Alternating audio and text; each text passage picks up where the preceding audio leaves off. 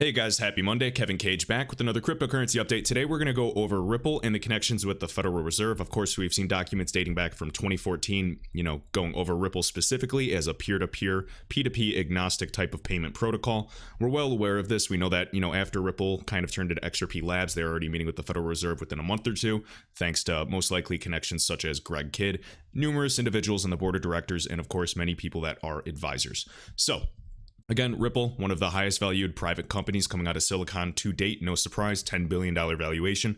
My personal, expectations for not only Ripple, but huge players like Circle, Coinbase, and many, many others. They will be going public. Will they be able to do that by end of year? I'm not sure. But I do believe that many, many more will be, going public by next year at the very least. So, to kick things off, so dating back from 2014, as we know, this is on Ripple Insights. So 5 questions for the St. Louis Fed economist David here, and he is the VP, Vice President at the St. Louis Fed. So made a splash talking about this, and again, kind of going over this document as we see here, dialogue with the Fed beyond today's financial headlines. So you're going to see a lot of vernacular that is rising today. PhD, you guys, no surprise. And I just want to go over right here. So question to him: how exactly do you see the Fed coexisting with these technologies? So again, the Fed manages the supply of the greatest currency on the planet, King Dollar. I know that many people have criticized the Fed for many things, specifically this year with all the quantitative easing. Again, no institution is perfect, that's for sure. Exactly why decentralized protocols are going to level the playing field and basically set the standard and be the new infrastructure for all ecosystems in the future. But over the last 30 years, the inflation rate has been low. We'll see about that. But right here, thus I do not see any crypto displacing the US dollar anytime soon. Though the fact that the threat exists is a good thing in my view. It will help discipline central bank behavior should a central bank stay too far from its price stability mandate. Right here, and he'll mention Ripple as well. So I see a number of these currencies existing side by side with the US dollar, and that's what I see. I think all fiat will continue to exist, and there's going to be many, many crypto assets that survive and thrive in their specific use cases, and every institution, every person is going to have their own preferences. So much in the same way we see hundreds of local currencies in circulation. All right, talking about the US dollar, obviously it's good. Gold is hitting a new all-time high. Silver is, $24 per ounce right now. I personally see it, and people will laugh and doubt me, but I personally believe that we could see, $40 to $60 silver and pass the all-time high once again. Obviously, it is a lot more volatile, but we need gold to pull it up, just like Bitcoin is typically pulling the market. And understand that these alts are kind of seeing a major pullback as Bitcoin's nearing 11,000. Well, what occurs is, just think, kind of that big swell before the wave. And I do believe that volume will be coming into these altcoins shortly. If it's not, by end of this month, be ready for August to be rather explosive, potentially, 30 to 50% pumps every other day with different projects like we've seen in previous bull runs. All right. So this is why I'm relatively bullish on Ripple protocol. Again, the protocol overall. So in short, we have the Fed doing what it does. We have the banks doing what they do, financial investments, and we have Ripple-like services, again, agnostic, entirely level playing field, letting anyone use any asset. Remember that ILP was founded around this period as well. All right. Taking over a big part of the payments business from banks, and we have Bitcoin-like cryptocurrencies financing a relatively small fraction of transactions, something like that, though I will have to think about it much more carefully. All right, so we will see kind of paving the way for the future of payment rails as well, and we know this document, essentially his presentation, so this is March 31st, 2014. Ripple Insights came out with this on April 9th, 2014, okay? So shortly after. Again, this is a relatively short document, just kind of want to go through Ripple again. It's the same gentleman talking about Ripple being a winner, Bitcoin, Dogecoin, pretty comical that they mention it there. And then just right here, so together with Ripple, a currency agnostic P2P payment system to facilitate low cost payments, all right? Just like on-demand liquidity, low value, high volume. I'm watching, Corda, and many people don't believe that, but I'm paying attention to Corda specifically from things I have researched for the high value transfers. We'll talk about ACI Worldwide in the next video, Notch Alliance, and kind of tie that together as well. All right. So right here, we also know former Federal Reserve Chairman Ben Bernanke, not, everybody's favorite person, but he did lead the US through the crisis, years ago. and bullish on blockchain. Speaking at Ripple's annual event, yes, this is from 2017. We get it. I know I've gone over this many times and just want to kind of emphasize right here. So unlike Bitcoin, which works against regulators, he continued, blockchain businesses that collaborate with governments will likely see more momentum in terms of innovating on the payment system. Central banks around the world, including Singapore, UK, and Europe, have taken more of an interest in blockchain tech, trying to figure out how it might create efficiencies with their systems. If you do not understand that these high caliber people know exactly what is going to happen, at least short term, or have a roadmap, I don't know what to tell you. They are literally telling you where to look and giving you just enough. Singapore is essentially already and going to be one of the biggest fintech capitals in the entire world. They are just light years ahead of, traditional economies. And we are building these technologies to bridge the traditional system and make a more modern one, okay? So let me see. I wanted to read one last thing, okay, talking about obviously fintech startups. Remember, just going hand in hand with what Christine Lagarde, now president of the European Central Bank, formerly at the International Monetary Fund, one of the biggest groups in the world, she has said private and public will work together and collaborate. It's going to be a win-win, and they need the help. Governments, as I say in every single video, they do not innovate, they adopt. All right, so talking about crypto, blockchain might affect monetary policy. Obviously, we, officially can allow banks to custody cryptocurrency, one of the biggest pieces of news of 2020. And the funny thing is, people aren't going to really talk about it in the space until price is going towards all-time highs, and then the publicity will be there, and many people could have bought at all-time lows. All right, let me see here. Central bank supportive, don't improve the payment system. Okay, next up. Right here, so going hand in hand now, instead of the Federal Bank of St. Louis, this is the Federal Reserve Bank of Boston. And I want to kind of point some things out. We'll go through the article briefly and I want to tie it together. So XRP Crypto Wolf sharing this, and again, saying, the US better be ready for future digital currency issuance when the day finally arrives to issue them. Remember, we have the former chairman, CFTC chairman, Christopher Giancarlo, leading the Digital Dollar Project. Well, why is that relevant? Well, he's working with Accenture, the lead architect of that. Accenture is one of the first investors in Ripple, and Christopher Giancarlo is an advisor for Ripple. And all the talking points that he says are the same ones that Chris Larsen, executive chairman of Ripple, have used throughout the years. David Schwartz, Brad Garlinghouse, all the high-tiered individuals. So work is being done on the technology front that will further the mission of the Federal Reserve Bank system. Now, something interesting I want to point out is this. So on this website, the Federal Reserve Bank of Boston is actually and exclusively a technology division. They're not policymakers, all right? So again, who spoke for himself and not the Fed during the webinar? Talking about Sweden, remember the e-krona, their currency with Accenture. Accenture's also teamed up with not only helping Swift make these digital transformations, Ripple and R3. Do not sleep on R3. I truly believe that they are going to play a role in the future ecosystem of obviously DLT like they already are today, but I believe that, XRP will be entangled somehow. All right, so talking about this, even high friction payments, guys, the Eastern Caribbean Central Bank faces a $100 fee when trying to move money because of the numerous islands that exist in the Caribbean. Again, that's a lot of clunky middlemen to go through. If you create a distributed system, reach consensus, everyone will have the same shared ledger instantaneously with finality. All right, so on behalf of the Reserve Bank, we're trying to look to the future to understand use cases it could merge, executive legislative branches. All right, just something to pay attention to, guys. I wholeheartedly have zero doubt in this ecosystem, specifically XRP. There's going to be many assets that do well, but I'm just honing in on something that's very obvious. And as time goes on, as price appreciates in the future, people are going to realize that XRP has been the one all along with many other assets. All right.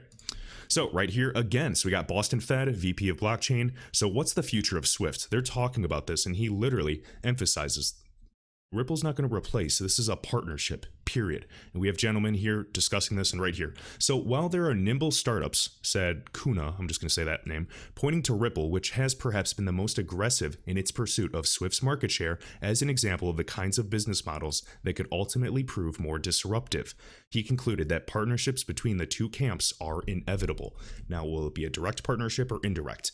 If it's not direct, obviously, you can see how R3 is already trialed and integrated with Swift's GPI for settlements. We have R3 doing Spunta, which is reconciliation. Hopefully, all the banks in Italy will be live by October 1st is kind of the benchmark. Otherwise, it'll be, a huge percentage, maybe 85% or so, I believe. And that is reconciliation. That's step one. Step 2 is getting the settlements ready, and that is where the XRP ledger can potentially come in, obviously. All right, so we concluded the partnerships will be where the ultimate success is. All right, and then we remember Chris Larson founded, Ripple, obviously, with these gentlemen, has ILP as the protocol, XRP ledger is the ledger, XRP is the native digital asset. Codius is alive and well for smart contract hosting as well. Smart oracles are going to be massive in my opinion. And it's not just me saying Codius is alive and well. Even PayID, they said that, Codius is their relative and it's being built upon. Cobalt is another topic. I'm not really sure if, that's kind of, who was it? Was it Evan Schwartz or Ethan? Somebody was saying that it might not even be necessary in the future. So again, we'll see. So Chris Larson, executive chairman, says Ripple is working on a replacement for Swift. How to get all in asterisks, I keep stuttering, of the payment providers onto ILP interledger protocol, and how to use XRP as on-demand liquidity. So XRP right there, the goal is for ODL in transferring that value as liquidity. There could be, lumens, there could be ADA. There's so many, assets, even tokenized real estate, you name it, anything, metals, equity. It can all be tokenized on these assets, and that is exactly what groups and initiatives like Securitize are doing day in and day out. All right? Remember Coinbase, Ripple, SBI invest in Securitize as well. They all want these ecosystems to survive and thrive. Now, a recent interview I saw of King Solomon and the gentleman over at Hedera Hashgraph, one word I really liked that he said, and I'm going to start using it, is with cooperation and competition. He said something like co-opetition. And again, that's exactly how we're seeing all of this pan out. All right. Finish things up kind of briefly. So XRP Crypto Wolf talking about Texas has a $1.9 trillion economy, essentially $2 trillion, wants to become the national leader for blockchain and crypto innovation. All right. Texas elected officials are already in support of the laws being put forward by the Texas Blockchain Council for Crypto. Just to kind of speed through this again, big economies, huge growth. And then even cheap mining. So this is pretty cool. So the world's largest facility for Bitcoin mining in Rockdale, Texas now. Build larger mining facilities also in Rockdale. It's continuously growing. I know many of you know this already. Just wanted to point it out. In my opinion, proof of work will not be sustainable long term. We even see Ethereum, struggling and trying to get over to proof of stake as well. The scalability issues, and that's where other projects like Zilliqa with its sharding capabilities can really take the spot. Their team in terms of marketing is very quiet. They're relatively, backed, I believe, based out of, was it Singapore? Again, the fintech hub, no surprise. So we will see. Right, there's something I wanted to go over right here. So a new trend that we see changing also, though, is now China, instead of being responsible for 65% of the mining, is only responsible for 50% of Bitcoin mining. So findings further show that 14% of mining now comes from the United States. So Texas could play an important role in helping the US lead in innovation. So for all of you, BTC holders, I wish you well. I just have a lot more confidence in XRP and, institutional assets that are working and already backed and being used in live payment flows today, such as MoneyGram, utilizing XRP on a daily basis. We have groups, already at the Philippine peso and Mexican peso. And yeah, over a year, it's well over $1 billion in transaction volume flowing through XRP. I think that market is here to stay. All right. So this is clearly the next race for innovation, just as Texas played an outsized role in helping the U.S. win the space race. Officials, state agencies, put a man on the moon.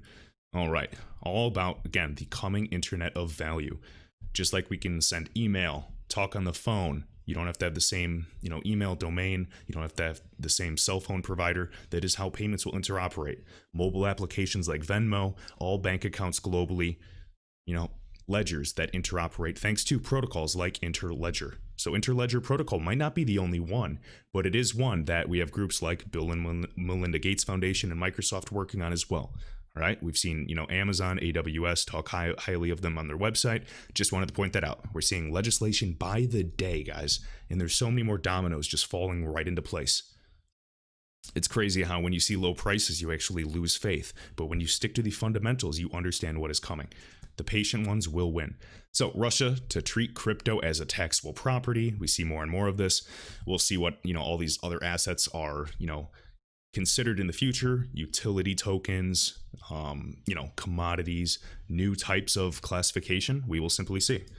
All right, now again, yep, super lucky, wanted to do that for Anders Lundberg, so he just did a tweet referring to Polysign. So what Ripple and Ripple employee created, Polysign must have since Ripple is getting into XRP lending. Again, that's going to create additional demand thanks to interest. So again, more volume over XRP. And Polysign will soon go live, 2020. We know the people essentially, I mean, these people are already custodying electronically today over 1/4 of the planet's value of cash. You can talk about State Street, you can talk about BNY Mellon, the biggest custodians in the world. And now all of a sudden, banks will be able to custody crypto assets. Such luck and timing. It truly is just happening right in front of you guys. All right, so to finish things off, guys, you don't have to watch this clip. You can, exit the video if you'd like, but this is a 6-minute video going over cryptocurrency wallets. This is by Binance, and I thought this would be helpful for some newcomers to better understand, kind of going over the 3 types of cryptocurrency wallets and what essentially a wallet is. Understand a wallet is really just a point of access to access your cryptocurrency. When it's in your wallet, your crypto is still on, the blockchain per se, if you're talking about an asset that resides on the blockchain. So I'm going to play this clip, guys. I appreciate it. All of you that like, share, and thank you all to my top channel members. And check this out. What is a cryptocurrency wallet? Simply put, a crypto wallet is a tool you can use to interact with a blockchain network. The various kinds of wallets can be divided into 3 main groups: software, hardware, and paper wallets. But depending on their working mechanisms, they may also be referred to as hot or cold wallets. So how do they work? Contrary to popular belief, crypto wallets don't really store cryptocurrencies. Instead, they work as a sort of gateway, providing the tools you need to communicate with a blockchain. In other words, these wallets can generate all the information you need to use cryptocurrencies. Let's take a simple example. Imagine that Alice wants to build a brand new Bitcoin wallet to receive a payment from Bob. The easiest way for her to do that is to use a crypto wallet program. When Alice creates a new wallet, the program generates multiple pairs of public and private keys, along with several blockchain addresses. But to simplify, let's consider only one pair of keys and a single address. First, the program calculates the pair of keys, one public key and one private key. Next, the public key is used to generate a unique Bitcoin address. This is the address Alice needs to provide Bob. Bob then sends Bitcoins from his wallet to Alice's wallet. Note that the coins never leave the blockchain. They are just transferred from one address to another. While it's safe for Alice to share her Bitcoin address with others, she should never disclose her private key to anyone. The private key is used for signing new transactions and is what gives access to her funds. So even if Alice loses her computer or smartphone, she can use the private key to access her coins in any other device. She may even use a different wallet. But this also means that if anyone gets to know Alice's private key, they can steal her funds. Alice can also use her private key to recover her public key and blockchain addresses. Basically, the private key precedes all the other components, and that's why it's the most important element of a cryptocurrency wallet. In practice, however, most modern wallets make use of a seed phrase. Seed phrases can be used to generate multiple private keys. So, instead of making a backup of each private key in her wallet, Alice only needs to back up the wallet's seed phrase. In other words, the seed phrase works like a root key. It gives access to all keys and addresses in Alice's wallet. Now that we covered the basics, let's explore the different types of crypto wallets. As mentioned, cryptocurrency wallets may be defined as hot or cold, according to the way they operate. A hot wallet is any wallet that is connected somehow to the internet. For example, when Alice creates an account on Binance and sends funds to her wallet, she is depositing into Binance's hot wallet. Hot wallets are convenient for traders and frequent users because they are easy to set up and the funds are quickly accessible. On the other hand, cold wallets tend to be a much safer alternative for Alice to store her bitcoins because they have no connection to the internet. Instead, they use a physical medium to store the keys offline, and this makes them very resistant to hackers. This method is also known as cold storage and is particularly suitable for long-term investors. When it comes to the 3 main groups of crypto wallets, there are software, hardware, and paper wallets. Software wallets come in at least 3 different types: web wallets, desktop wallets, and mobile wallets. A web wallet allows Alice to interact with a blockchain via a browser interface, so she doesn't need to download or install anything on her computer. In contrast, a desktop wallet is a software Alice needs to download and execute locally in her machine. In general, desktop wallets are considered safer than web wallets. Lastly, we have mobile wallets, which work much like a desktop wallet, but are designed specifically as mobile apps. These are the ones Alice can use on her smartphone, giving her convenient access to her funds. Trust Wallet is a prominent example of a mobile crypto wallet. It supports multiple cryptocurrencies, and it is also integrated with the Binance decentralized exchange. Most software wallets are somehow connected to the internet, so they may also be referred to as hot wallets. What about hardware wallets? Hardware wallets are physical, electronic devices that use a random number generator, RNG, to generate public and private keys. The keys are stored in the device itself, without any connection to the internet.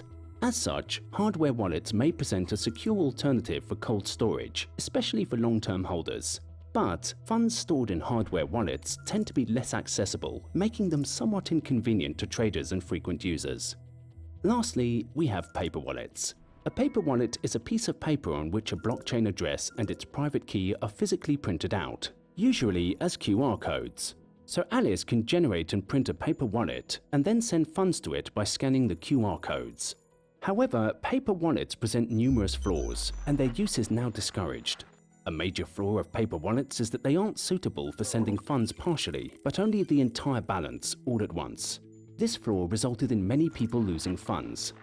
Regardless of which wallet you choose, make sure to back them up regularly, as losing access to your crypto wallets can be quite costly. In many cases, this can be achieved by simply backing up the wallet data file and seed phrases. Summing up, the majority of crypto wallets are based on software, which makes them more convenient than hardware wallets. But hardware wallets tend to be the most secure alternative. Paper wallets, on the other hand, are deemed as obsolete and unreliable.